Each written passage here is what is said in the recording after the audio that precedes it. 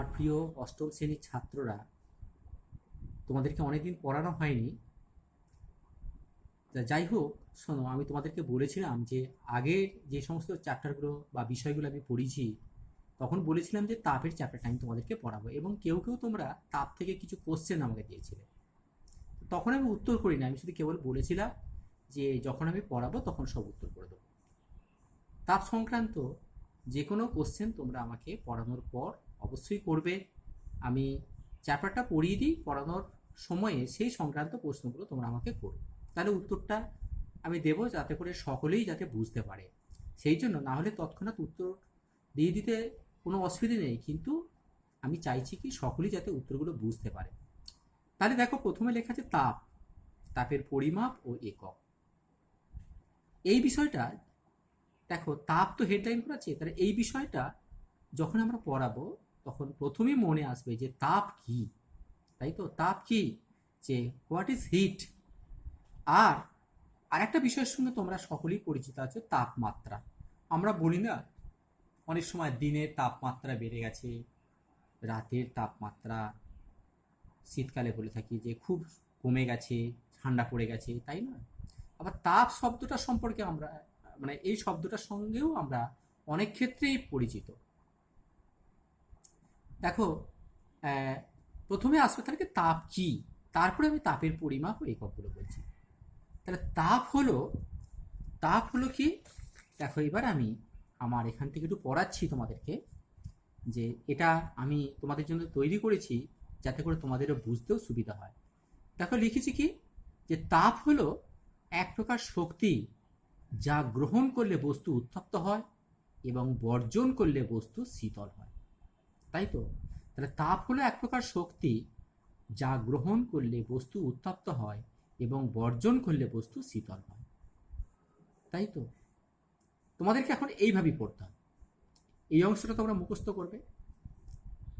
কোনো বস্তুর উপর তাপ যদি প্রয়োগ করা হয়, তাহলে সেটাই আমি লিখেছি। দেখো, কোনো বস্তুর উপর তাপ প্রয়োগ করলে বস্তুর উপাদানগুলি কর্তৃক তাপ শক্তি শোষিত হয়, ফলে বস্তুটির অভ্যন্তরীণ শক্তি বেড়ে যায়। তাহলে ব্যাপারটা কি হলো? ধরো তুমি একটা বস্তুতে তাপ প্রয়োগ করলে, তাহলে কি হবে? বস্তুর উপাদান কণা মানে কি? অণু বা পরমাণু, তাই তো? তাহলে তারা সেই বাহ্যিক শক্তিটুকু শোষণ করবে, বাহ্যিক শক্তিটুকু শোষণ করে নিয়ে তাহলে কি হয় বলতো? তাহলে উপাদান সেই কণাগুলোর শক্তি বাড়াবে, যেটাকে আমরা আমরা বলছি কি বস্তুটার অভ্যন্তরীণ শক্তি। তাহলে বস্তুটার শক্তি বেড়ে যাবে, তাই নয়? তাহলে তাপ শোষিত হলে বস্তুর অভ্যন্তরীণ শক্তি বেড়ে যায়, ঠিক? তাহলে এবার তাপ যে শক্তি, সেটা আমরা বুঝবো কি করে? দেখো, শক্তির সাহায্যে আমরা কি করে থাকি, কাজ করে থাকি। তাহলে তাপের সাহায্যেও আমরা কিন্তু বিভিন্ন প্রকার কাজ করতে সমর্থ হই। দেখবে, প্রকৃতিতে অনেক ধরনের শক্তি আছে, যেমন ধরো আলোক শক্তি, শব্দ শক্তি, তড়িৎ শক্তি, বিভিন্ন প্রকার যান্ত্রিক শক্তি। দেখবে তারা শেষ পর্যন্ত কিন্তু বেশিরভাগই তাপ শক্তিতে রূপান্তরিত হয়।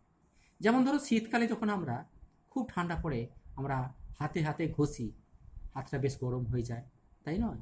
তাহলে এটা হচ্ছে কি যান্ত্রিক শক্তি কি হলো, তাপ শক্তিতে রূপান্তরিত হয়েছে, তাই নয়? তাহলে এবার দেখো, আমি এই ধরনের কয়েকটা ঘটনা উল্লেখ করেছি, যে তাপ হলো এক প্রকার শক্তি। আমি দেখিয়েছি, দেখো, তাপ হলো এক প্রকার শক্তি, কারণ তাপের সাহায্যে আমরা বিভিন্ন প্রকার কার্য করতে সমর্থ হই, তাই নয়? তাহলে তাপ হলো এক প্রকার শক্তি যার সাহায্যে বিভিন্ন প্রকার কাজ করতে সমর্থ হই। বিভিন্ন প্রকার শক্তির মধ্যে যেমন পারস্পরিক রূপান্তর সম্ভব, তেমনি তাপ শক্তিকে আলোক শক্তি, যান্ত্রিক শক্তি, শব্দ শক্তি ইত্যাদিতে রূপান্তরিত করা কি হচ্ছে সম্ভব হয়, তাই না? তাহলে তাপ শক্তিকে বিভিন্ন প্রকার শক্তিতে কিন্তু আমরা রূপান্তরিত করতে পারবো, এটা তোমরা মনে রাখবে। আবার এই সমস্ত শক্তি, যেমন ধরো যে শব্দ শক্তি, যান্ত্রিক শক্তি, তড়িৎ শক্তি, এদেরকেও আবার তাপে রূপান্তরিত করা যায়। এটা হচ্ছে কি শক্তির একটা ধর্ম। এবার এসো তাপের বিভিন্ন শ্রেণীবিভাগ, মানে তাপ কয় প্রকার, সেগুলো একটু জেনে নিই। এবং সেই জন্য লিখেছি, দেখো, তাপের প্রকারভেদ। দেখতে পেয়েছো আশা করি। তাপের প্রকারভেদ, তাপকে 3 ভাগে ভাগ করা যায়। আমরা মানে তাপের নেচার অনুযায়ী, মানে প্রকৃতি অনুযায়ী আমরা 3 ভাগে ভাগ করছি। দেখো লিখেছি কি, বোধগম্য তাপ। বোধগম্য, বোধ মানে যেটা অনুভূতি জাগায়, তাই তো? সেই অনুভূতিটা কি না, এই তাপকে থার্মোমিটারের সাহায্যে, মানে এই তাপ কোথাও কোনো একটা বস্তুকে যদি আমি তাপ প্রয়োগ করি, তাহলে কি সেই বস্তুর কি হবে, তাপমাত্রা বেড়ে যাবে। তাহলে আমরা কি হচ্ছে, থার্মোমিটারের সাহায্যে তার উপস্থিতি জানতে পারি। সেই জন্য একে বলছি আমরা বোধগম্য তাপ। যদিও দেখো এই কথাটা লেখা আছে কি তাপ থার্মোমিটারের, এই তাপ থার্মোমিটারে মাপা যায়, এটা একটু ভুল কথা। এটা প্রকৃতপক্ষে কি হবে, এই তাপের উপস্থিতি থার্মোমিটারের সাহায্যে মাপা যায়। তোমরা এই জায়গাটা একটু খেয়াল করবে, আমি কিন্তু এটাই তোমাদেরকে বলছি। এই তাপের উপস্থিতি থার্মোমিটারের সাহায্যে জানা যায়, তাই তো? অর্থাৎ বস্তুর উষ্ণতা বৃদ্ধি করে। দেখো সেটাই আমরা লিখেছি, তাই নয়? এরপর দেখো লিখেছি কি বিকীর্ণ তাপ। এই তাপ কোনো উত্তপ্ত বস্তু থেকে মাধ্যম ছাড়াই তড়িৎ চুম্বকীয় তরঙ্গ রূপে বিকিরিত হয়, যেমন কি সূর্য থেকে যে তাপ আসে, তাই তো? অথবা দেখো ভূপৃষ্ঠ যখন দিনের বেলা প্রচণ্ড গরম হয়ে যায়, তাহলে সূর্যের তাপ শক্তি তাহলে কি হয়, যে মহাবিশ্বে চতুর্দিকে ছড়িয়ে পড়ে, সেই তাপ জল, মাটি ইত্যাদির উপর যখন পড়ে, তাহলে সেই জল, মাটি ইত্যাদি করতে তাপ শক্তি শোষিত হয়। মনে রাখবে, কোনো বস্তুই অনন্তকাল ধরে তাপ শক্তিকে শোষণ করতে পারবে না। একসময় সে কি হবে, একসময় সে শক্তিকে কি করবে, ছাড়বে, তাই তো? একসময় সে শক্তিকে ছাড়বে। সেই শক্তিটা যখন সে ত্যাগ করে, তখন সেটাকে আমরা বলছি কি বিকিরিত শক্তি। আচ্ছা, তারপরে দেখো যে বিকিরিত শক্তি তাহলে বলা হয়। এরপর আসবে লীন তাপ। তাহলে লীন তাপ ব্যাপারটা কি? তাহলে লীন তাপ হলো কি, যে এই তাপ বস্তুর উপাদানের অভ্যন্তরীণ শক্তি বৃদ্ধি করে। এই তাপ বস্তুর উপাদানের অভ্যন্তরীণ শক্তি বৃদ্ধি করে মাত্র, ফলে অবস্থার পরিবর্তন ঘটে, কিন্তু উষ্ণতার পরিবর্তন হয় না। তাই থার্মোমিটারের সাহায্যে একে মাপা, মানে এই তাপের উপস্থিতি মাপা, মনে রাখবে এই তাপের উপস্থিতি কিন্তু মাপা সম্ভব নয়, তাই তো? তাহলে আমরা তাপ কাকে বলে বললাম, আর কি তাপের বিভিন্ন প্রকার শ্রেণী বিভাগ সম্পর্কে বললাম। এইবার আমরা পড়াবো যেটা তাপের মাত্রা। আচ্ছা, তাপের মাত্রা তোমাদের কাছে একটু নতুন বিষয়, আমরা এটা বলবো না। এখন আমরা যেটা পড়াবো হচ্ছে কি, তাপমাত্রা কাকে বলে। এটা একটু তোমাদেরকে আমি জানিয়ে দিই আগে, যে তাপমাত্রা কাকে বলে। দেখো এবার আমি তোমাদের দেখাচ্ছি যে তাপমাত্রা। তাহলে তাপমাত্রা কি?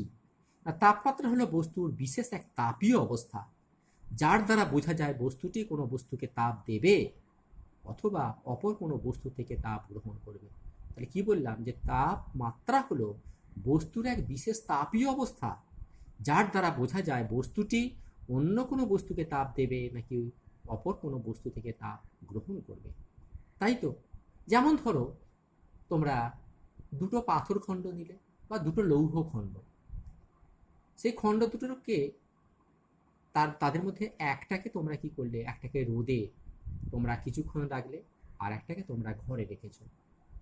এরপর তোমরা যদি সেই দুটোই মানে যেটা রোদে রেখেছো সেটাকে তোমরা আবার ঘরে নিয়ে আসো, স্পর্শ করে দেখো, দেখবে কি যেটা রোদে রাখলে সেটা বেশি গরম মনে হচ্ছে।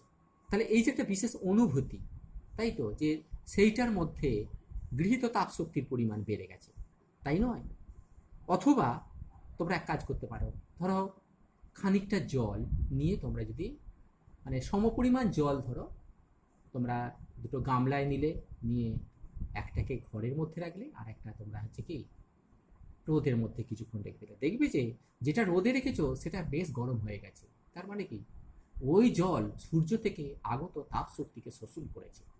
তাহলে জলের যে উপাদান কণা মানে অণুগুলো কি করেছে, সেই তাপ শক্তিকে শোষণ করে নিজের শক্তি বাড়িয়ে নিয়েছে।